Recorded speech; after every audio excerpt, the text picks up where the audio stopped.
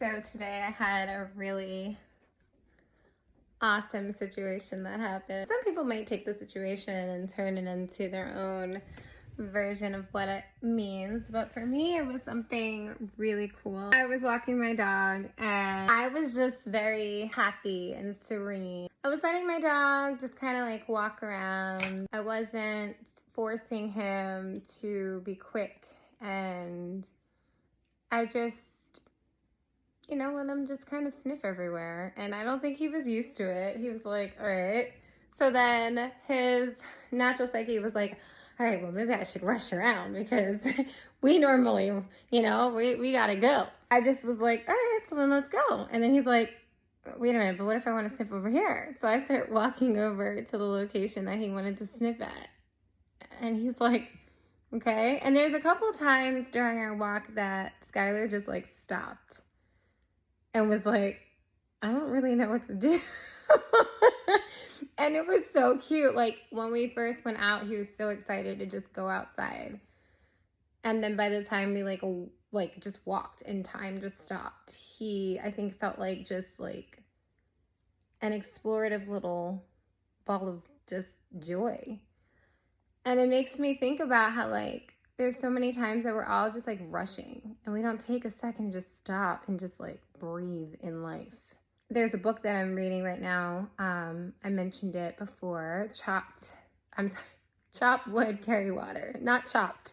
Chop Wood, Carry Water. And it's by Joshua Medcalf. And there's a part in the book where the sensei that is teaching the character John how to be a samurai archer, the sensei and John start to talk about the importance of being present, especially as an athlete, of playing present. Well, anyway, I took my dog, who has been trying to get my attention for the last couple minutes. Scooty woo! I had a gentleman see us exploring. And as we were exploring, he stopped and he said, "Are you the dog walker?" And so I was like, "No." And he goes, "Oh, okay, well, there's a girl that kind of looks like you, and I believe she's a dog walker. Like, she has clients that are here. Do you live here?" I'm like, "Yes." And he's like, "Oh, well, I guess you're not her. Well, okay, well, all right, see you later." And he like drives off. So let's explain this concept really quickly.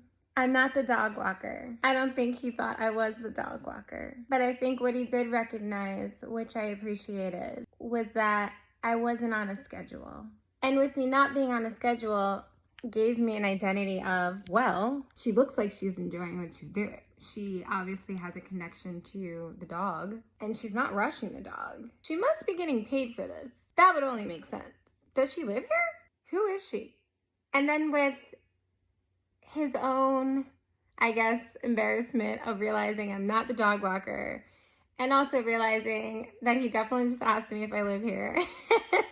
And after I responded the way that I did, like, yeah, I think that's when he ran off and was like, well, okay, well, see you later. But I think what I got out of that was one of the things that means you are playing present, which is what the book was talking about. The ability to be present in what you're doing, whether it's playing a sport, whether it's doing an activity, whether it's doing hair, is you become one with the activity instead of actually being, I am Suki as a hairstylist.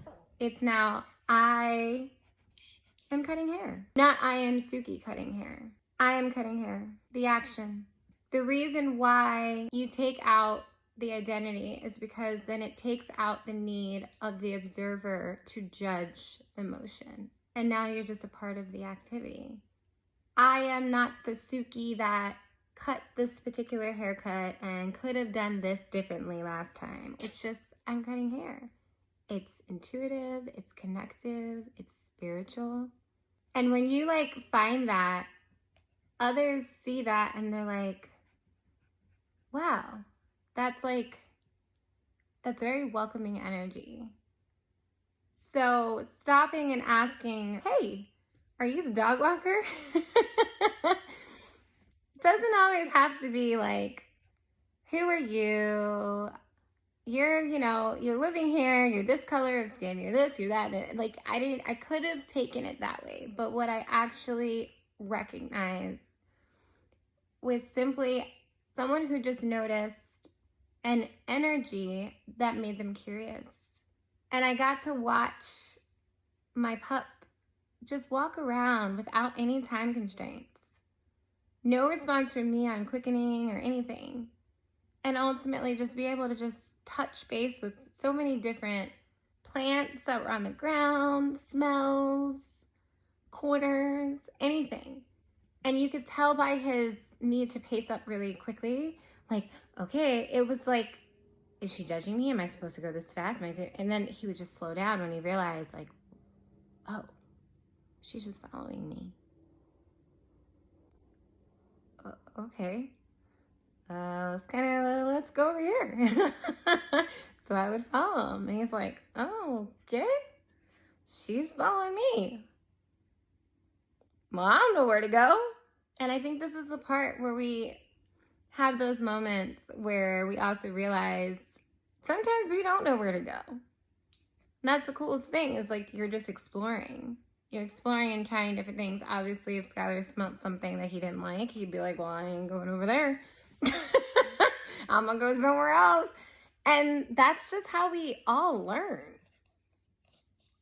And then ultimately, the coolest thing is he explored over about 35 minutes. And then finally, like, kind of came over by our door, like our apartment, our stairs. And then he's like, huh. And I didn't take him up there. Something told me, Suki, don't take him up there. Just let him do his thing.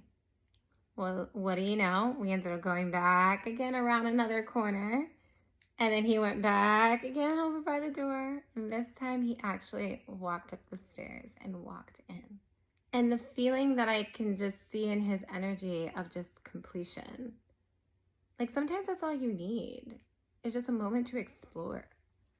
A moment to ask yourself questions. A moment to, if you go the wrong way, it's like, dude, it's fine. And I think if we can like really process that and download that, we'd also see that, like, I feel like that's how God is with us. Like, I'm going to be here to protect you. If you go the wrong way, like, and it's really bad, like, I'm going to send something to let you know, you can't go over there, right? If my dog, like, went over to, like, I don't know, like an area that already had, like, feces or whatever, and he was about to I'd pull him away. Like, no, that's not where you need to be. But, like, other than that, every other place that he was just like walking around, I was just like, I have patience. And when I think of how important it is to implement that when you're like raising children, like many children just need to explore. They need to figure it out. They need to like smell things, touch things. I think that's why they like put things on their faces, and then they get into everything because they just want to explore. But the number one thing too that I feel like a lot of parents should also implement is when they ask questions, which like the infamous question that everybody has from childhood to like adulthood, if you're able to like in a healthy way, explain and like speak and know your needs, like why? Why is such a question that's so important? Because you're letting the child know why or why not it's a good position to explore, or why or why not the exploration led to a decision, and based off of like that why would help them create in their own minds a choice, because right, freedom of choice, human life, to choose which one makes sense. But if they don't know why, can we like get angry at children for not knowing that the way that they turn is actually like not good? I feel like we have two choices. It's almost like you either have to lead with action, and then once you have enough action, then you're like, ooh, that was a bad idea because I got my finger burnt. Or, ooh, that was a bad idea because, something fell from the top of the shelf. Or you got to be willing to answer why. And sometimes they may need both. Many times they need both. Why, mommy? Because you're going to burn yourself and it's not going to feel good. And it's going to make your finger bleed. And then you might have to get stitches and those hurt even worse. And then the most dramatic answer that you can get. And sometimes the kids still might touch the stove. They still might try to put their hand on the fire. But once they do it, they can remember the reason why and then also experience it. And then now they know, okay, this is why. And I'm experiencing, they're putting the action with the disaster and they're like, I will never do that again. But it also builds the trust of mommy was right. So going on in the future, if I try something and mommy tells me no and gives me why, I got two choices. I can either experience what she just told me, or I could decide to think and be a little bit more solid in my choice to not have to go through that. But ultimately, it comes down to exploration. And the less that you need to identify your past or future to connect to that, the more that you can just engage with the activity and just explore,